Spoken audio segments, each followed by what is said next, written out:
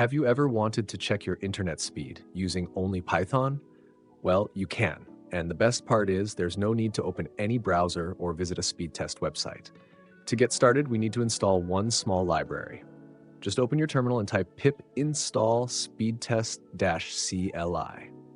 This command installs the speed test module, which gives us everything we need to measure internet speed directly in Python. Once that's done, it's time to write our script. The script begins by creating a speed test object.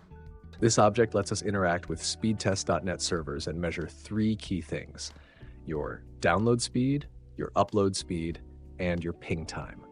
These tests run live, just like on websites, but instead of flashy visuals, we get clean numeric results printed right in the terminal. Download and upload speeds are displayed in megabits per second, giving you an accurate idea of your internet performance. And ping is shown in milliseconds, which helps you understand the responsiveness of your connection. This script automatically finds the best server based on your location, so the results are pretty reliable. Thanks a lot for watching. If you found this useful, be sure to hit the like button and subscribe for more Python networking projects and tips.